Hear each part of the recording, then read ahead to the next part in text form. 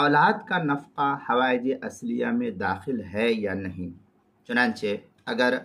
مذکر اولاد نابالغ ہے یا بالغ ہے لیکن معذور ہے، یا کمائی کے وہ قابل نہیں ہے، یا مؤنث اولاد ہے تو ان کا نفقہ اور ضروری خرچہ باپ کے ذمے ہے، لہذا یہ نفقہ اور ضروری خرچ حوائج اصلیہ میں داخل مانا جاتا ہے۔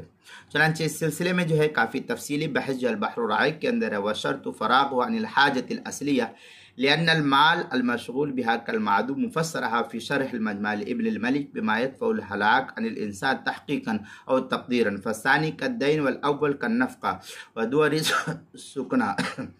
اس کے ترجمہ البحر الرائق جلد نمبر 2 صفحہ نمبر 206 کتاب الزکاہ جو ایچ ایم سعید کراچی کا چھپا ہوا نسخہ، اس کے اندر فتاوی شامی جلد نمبر 2 صفحہ نمبر 262، اور آگے جو ہے فتاوی عالمگیریہ میں نفقۃ اولاد الصغار علی الاب لا یشارکہ فیہا احد، یہ فتاوی عالمگیریہ کی عبارت ہے، پہلی جلد صفحہ 560، ونفقۃ الاناث واجبۃ مطلقا علی الآباء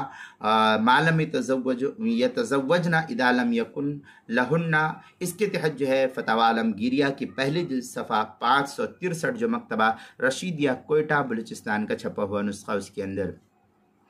زکوٰۃ کے مسائل کا انسائکلوپیڈیا، اس کے حروف تہجی اولاد کا نفقہ حوائج اصلیہ میں داخل ہے یا نہیں، اس عنوان کے تحت جو نقل کیا ہے صفحہ 71 پر، وہاں بھی دیکھ سکتے ہیں۔